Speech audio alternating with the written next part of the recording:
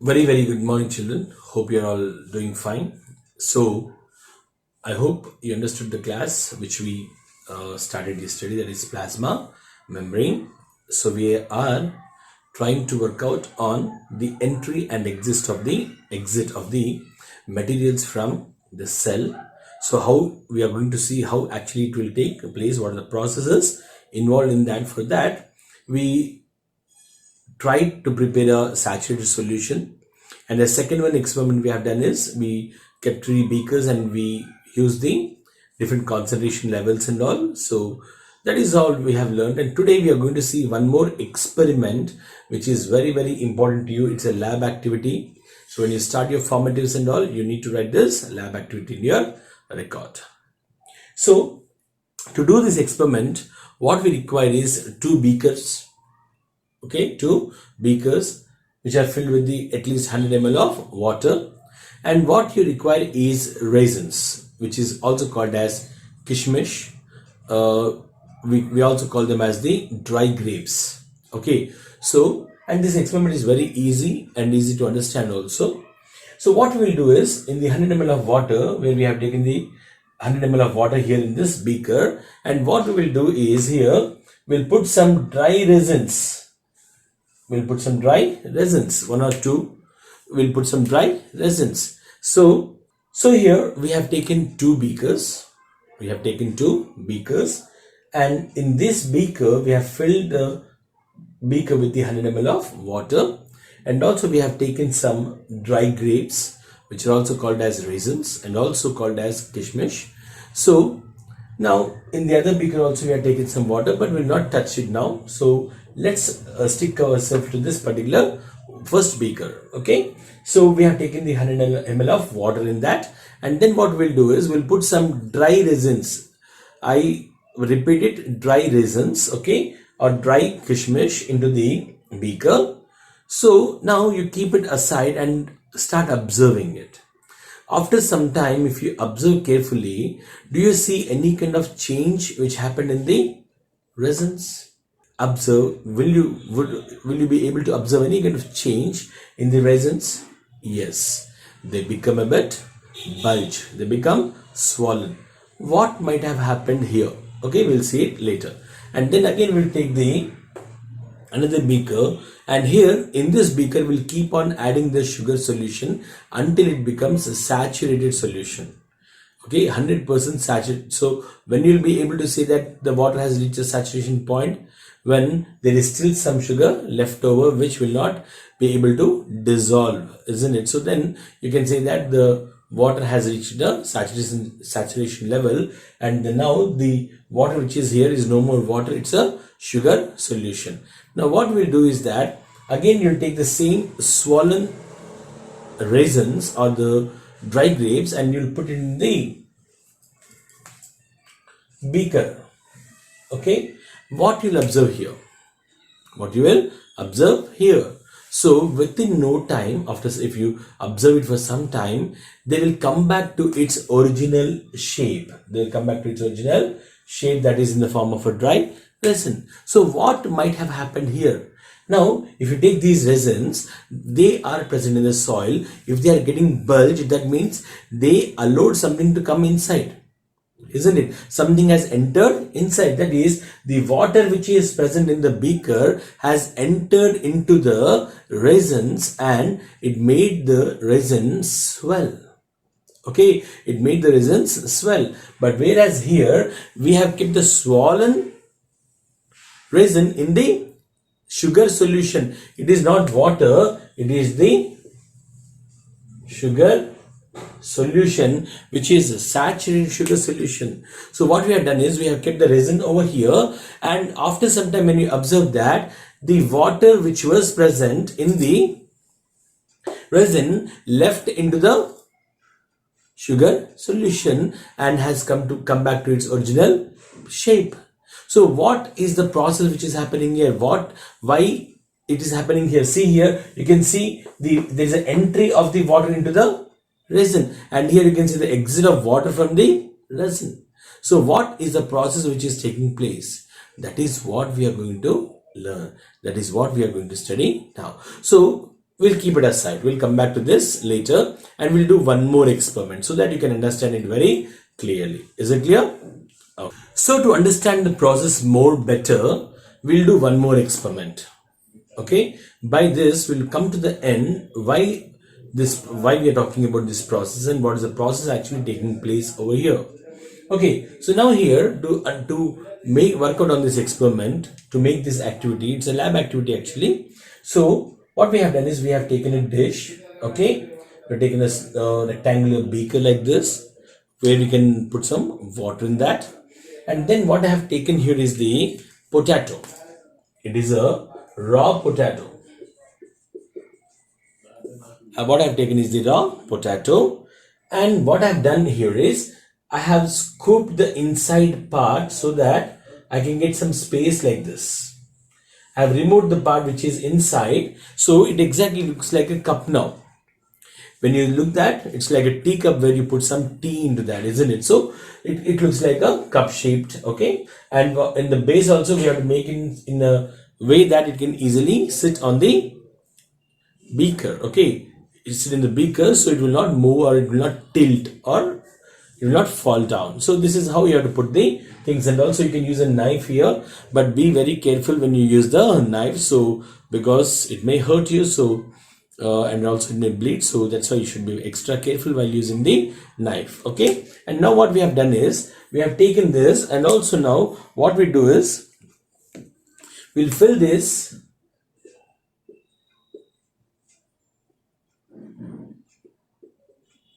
beaker with some water. We'll fill this beaker with some water, and next what we'll do is we'll put some sugar solution, that is saturated sugar solution, into this cup shaped potato. Okay, so I have kept this like this. Okay, this is all sugar solution, and now what I will do is now I want to check the level. I want to make sure that this is the level of that. So I will take a head pin. And I will mark it. I'll just put it inside so that I will know that okay, till here it was sugar solution. Okay, and also make sure that the water which you fill here, it should be 3/4. Okay, it should not submerge the complete potato. Okay, now the water should reach the potato, the surface, or the sugar solution should not receive the water from the beaker. Okay, so neither it should fall down nor it should tilt. Okay, so you maintain the water level properly, and also you make sure that the potato will stand in the water in the beaker properly. So these are the two precautions you have to take, and one more precaution is that you should not use the knife. Okay, I mean you should use it judiciously. Make sure that you will not cut your fingers with that. Okay, so that is how you have to keep the potato here, and also make sure that it will not tilt. Make sure that the sugar solution will not overflow. So what we'll do is we'll pierce a head pin into the potato so that you can know the sugar solution level. Now after doing this, you just keep this apparatus at the side. Okay, don't touch that now, so just keep it aside and keep on observing it. So as you're observing, what you'll understand is the sugar solution here, like there's a sugar solution here which is 100% saturated sugar solution. Now that will keep on moving up.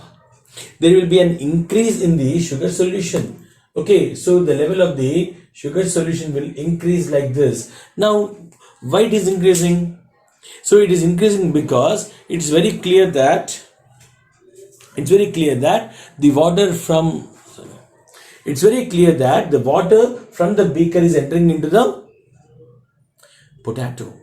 So that's the reason why the water in the sugar solution in the potato is increasing.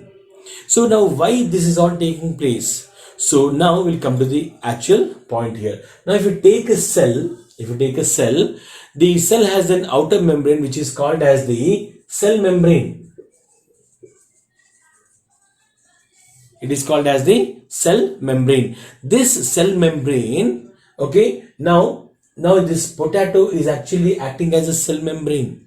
The resins which you have taken here, the dry resins, they are also acting as the cell membranes. So what they are doing here is they are taking the water inside. That means they are allowing the water to come inside the potato, inside the resin. That means these are acting like a cell membranes. So the major function of the cell membrane is to give permission so that the materials which are required for the cells can enter inside. So now it will not allow any other things. Now, like it's also called as the semi-permeable membrane. Why it is called as semi-permeable membrane? Because it allows only few substances to pass inside, not everything which comes there. For example, if you take the cells in the lungs which are called as alveoli, and what you are breathing inside, you are taking the oxygen inside, isn't it? No, you are not taking the oxygen, you are taking the air inside, and these alveoli are only taking the oxygen. They are not taking the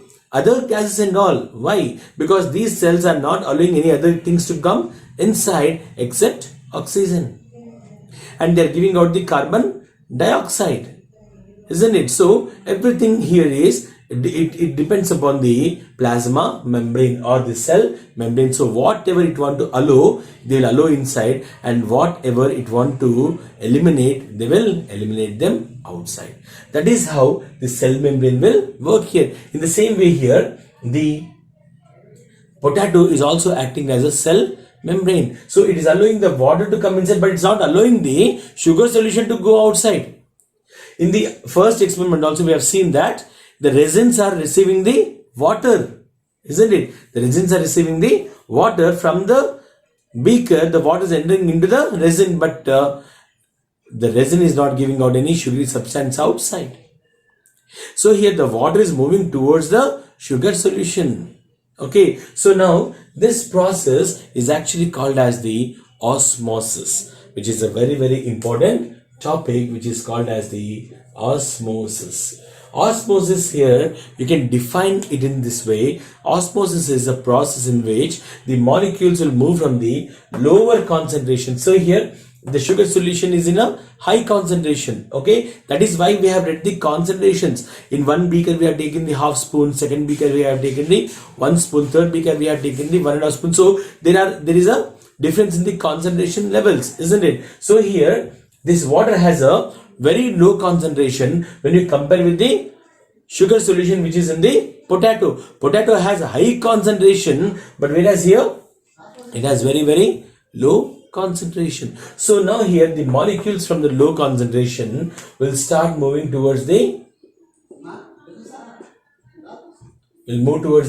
potato, that is into the higher concentration. So the movement of molecules from the lower concentration to the higher concentration, okay, this phenomenon, this process is called as osmosis. So what is osmosis? The movement of molecules from lower concentration to higher concentration. This is called as osmosis. So in the resins also we have seen that the water from the beaker is entering into the resin. In the beaker, the water is entering into the resin. So again, resins will have the higher concentration of sugar, right? And whereas water is having no such concentration. So the water is moving from the lower concentration into the higher concentration. And in the next experiment, what we have done is we have kept that swollen resin in the sugar solution, whereas now the water entered into the resin and it has made the complete resin dilute. That means it doesn't have much concentration now. So when you compare it with the saturated solution which is in the beaker, so we have taken the beaker, and in the beaker there is 100% saturated solution. That means in the resin there is sugar solution, but in which concentration is more? You cannot say it's resin because water added and now that has been diluted, and whereas in the sugar solution it is absolutely 100%. So the water which is in the resin started entering into the beaker. That means again the resin has lower concentration compared to the sugar solution which is in the beaker. So it started again coming back into the beaker. So that is why the water which is in the resin also traveled back into the beaker. That is from lower concentration to the higher concentration. Here also you can see from the lower concentration to the higher concentration, and this process is called as the osmosis. For this process, the plasma membrane need to be intact. It should not be destroyed. In case if in the place of this raw potato, if you take a boiled potato, when you boil it, the plasma membrane will be destroyed. If you keep the sugar solution here, if you keep the water here, nothing will happen. Why? Because this plasma membrane cannot act because it is dead. So that's why when you take a boiled potato, this experiment will not be possible. But whereas when you have taken the raw potato, the water from the beaker entered into the potato. This is what is all about the osmosis. The definition of the osmosis: the movement of molecules from lower concentration to higher concentration. So this is the best example for the osmosis, and also a lab activity which can come in your examination. So it's very important for your examination point of view. Okay, hope you all understood this one. So tomorrow we'll see the other process which is called as the diffusion. Okay, until then, see you all. Take care. Have a great day.